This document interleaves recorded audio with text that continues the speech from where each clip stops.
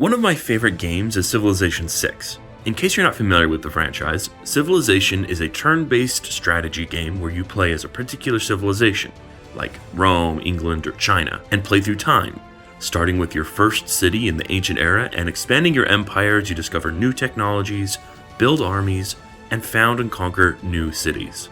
Of course, while this game is not intended to be particularly historically accurate, playing Civilization 3 as a kid was my first exposure to many of the places, leaders, and other real inspirations for the game's mechanics. This video, A History of Budapest, was similarly inspired by Civilization. You see, in Civilization 6, while playing as Hungary, the first city you found is Buda. Later on, you're able to found the city of Pest. But this raises the obvious question. Isn't Budapest one city? Why does Civilization separate the two? Well, the short answer is that there used to be actually three cities that unified into one city, Budapest, in 1873. But to truly understand Budapest's origins, we need to go back a few thousand years. By the way, in this video I'll be trying to pronounce Hungarian proper names the way they are spoken in Hungarian. For example, in Hungarian the letter S makes a sh sound, so I'll say Budapest instead of Budapest. Additionally, in Hungarian, the surname comes before the given name. I'll be sticking to the Hungarian tradition for Hungarians when it's applicable.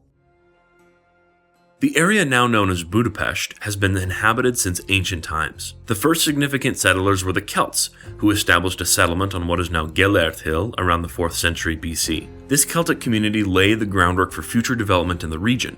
However, it was the Romans who truly transformed this area into a significant urban center. Around 41 to 54 AD, the Romans established a military camp on the western bank of the Danube River. It was called Aquincum, in reference to the hot springs which are prominent in this area. Aquincum rose to prominence as a key military outpost in the Roman province of Pannonia. By 89 AD, Aquincum housed a legion of 6,000 soldiers. The settlement flourished, and after a Roman administrative reorganization, it became the capital of Pannonia Inferior in 106 AD. Aquincum was more than just a military stronghold. It grew into a bustling urban center with a population of around 30,000 by the end of the 2nd century. The city boasted advanced amenities, including central heating, public baths, and amphitheaters for gladiatorial games. It was a center of commerce and administration, and even Emperor Marcus Aurelius supposedly wrote part of his meditations here. However, Aquincum's prosperity eventually would wane.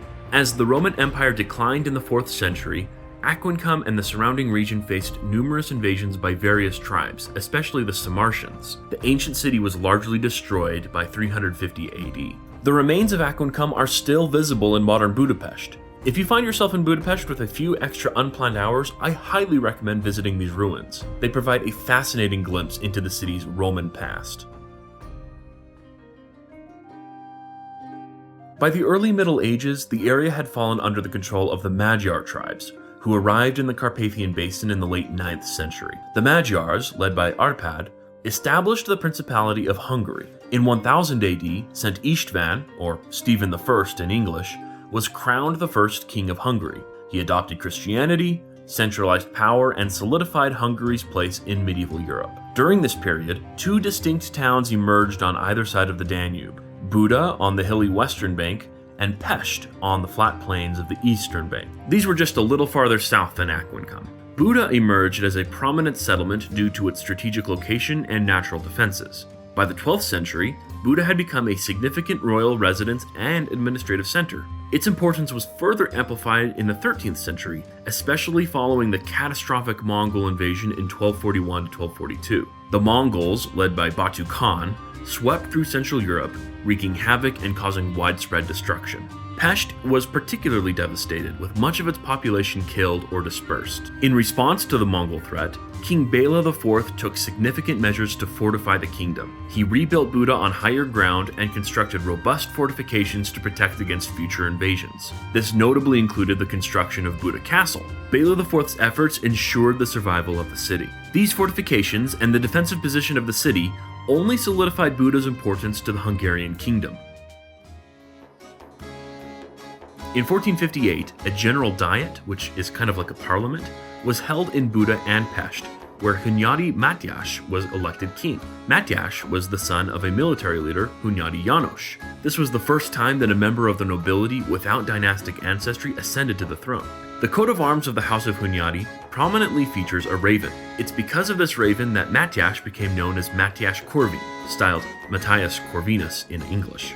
The name is derived from the Latin word for raven, corvus. The 15th century marked something of a golden age for Buda under the reign of Matyas. While his 32-year-long reign, including many of the wars he fought, is beyond the scope of this video, for our purposes, it's worth noting that Matyas fostered a cultural and intellectual renaissance in Hungary. Buda, as the royal seat, became a center of this renaissance, attracting scholars, artists, and architects from across Europe. The city saw the construction of large buildings and public spaces, reflecting Matyas's vision of a modern and enlightened kingdom. Most notable was the Bibliotheca Corviniana, which was one of the most renowned libraries of the Renaissance world. Matyas is remembered as one of the greatest Hungarian kings, and it's Matyas who leads Hungary in Civilization VI. The fortune of Buda and Pest would not continue, however. The two cities' cultural flourishing and growth were abruptly interrupted by the Ottoman conquest. The pivotal Battle of Mohacs in 1526 saw Hungary's forces decisively defeated by the Ottomans, leading to significant political upheaval. In 1541, the Ottomans captured Buda, marking the beginning of nearly 150 years of Ottoman rule. Buda became the center of Ottoman administration in Hungary, while Pest suffered considerable decline, losing much of its population and economic activity. After the conquest, the books of Matyas's Bibliotheca were also taken to Istanbul. In 1686, the Habsburg monarchy, centered in Vienna, recaptured Buda after a lengthy siege, marking the beginning of the Habsburg rule over Hungary.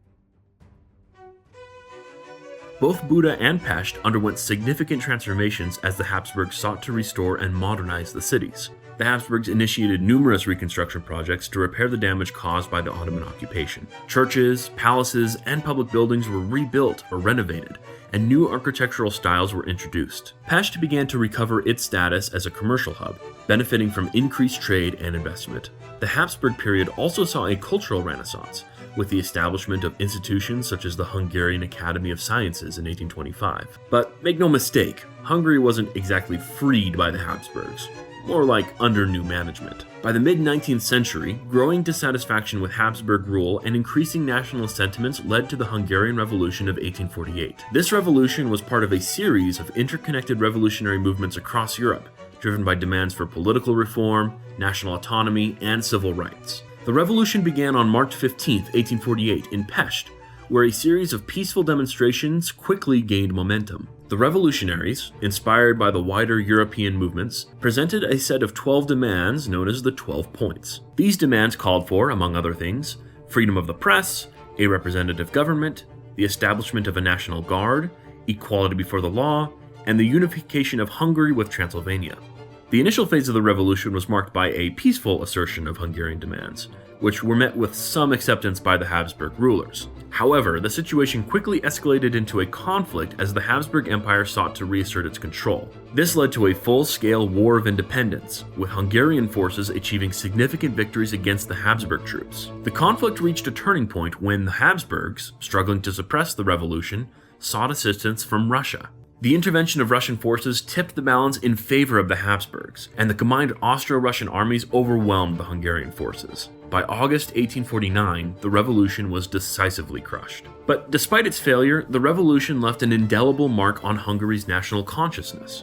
The struggle ultimately contributed to the Austro-Hungarian Compromise of 1867, which granted Hungary significant autonomy within the empire. This compromise led to the establishment of the Austro-Hungarian dual monarchy, allowing Hungary to assert more control over its domestic affairs while remaining part of the empire. During all this, Buda and Pest continued to grow larger and become more interconnected. Notably, the construction of the Chain Bridge in 1849 symbolized the increasing connectivity and interdependence of the two cities.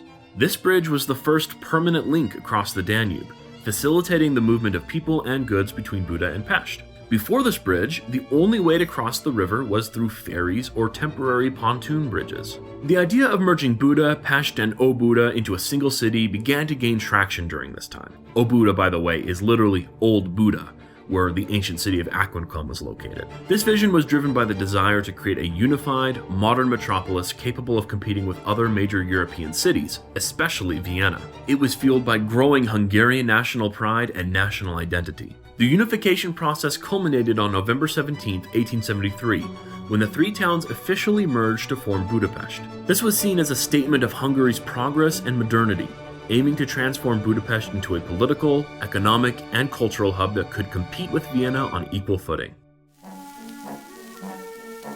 By the turn of the century, Budapest was thriving with grand architecture, cultural centers like theaters, churches, and a growing economy. Unfortunately, Budapest was about to face tougher times. The first half of the 20th century was turbulent and violent for Hungary. Before 1940, Hungary had seen World War I, the collapse of the Austro-Hungarian Empire, the creation of a communist government and its subsequent end in just 133 days, wars against Czechoslovakia, Romania, and Ukraine, and a coup attempt. And then World War II happened. In 1945, most of the city was destroyed during the Siege of Budapest, where the Red Army took control of the city. Additionally, the city saw violence in 1956, when the unsuccessful Hungarian Revolution against the Soviet-installed government took place. Unlike in some other European cities, authorities in Budapest made a concerted effort to restore the city, especially the city center, to its pre-war state. While not everything is the same, this has still resulted in the preservation of the city's architectural style to a large degree. Compare this footage, captured in 1938, to modern footage of Budapest. I actually first saw this historical footage while I was in Budapest, and it astonished me how similar this footage is to the modern cityscape. It kind of felt as though someone had filmed the modern city outside with an old camera and then posted that footage to YouTube. Of course, nearly everything in this footage from 1938 was destroyed during the war and then subsequently rebuilt. Even though Budapest looks old, much of it is actually just a reconstruction of the past. Despite this, in my opinion, Budapest is one of the prettiest European cities out there, and one of the most interesting to visit. You can see how Budapest has earned its nickname, the Pearl of the Danube. The next time you visit, stop by the ruins of Aquincum, where Marcus Aurelius wrote. Walk up Gellert Hill, where the Celts first settled, and take in the sights of these two cities, Buda and Pest, now unified as one. Thanks so much for watching. If you enjoyed this video, hit the like button and be sure to subscribe for more videos like it. And if you have any video ideas, let us know down in the comments. We'd love to hear them.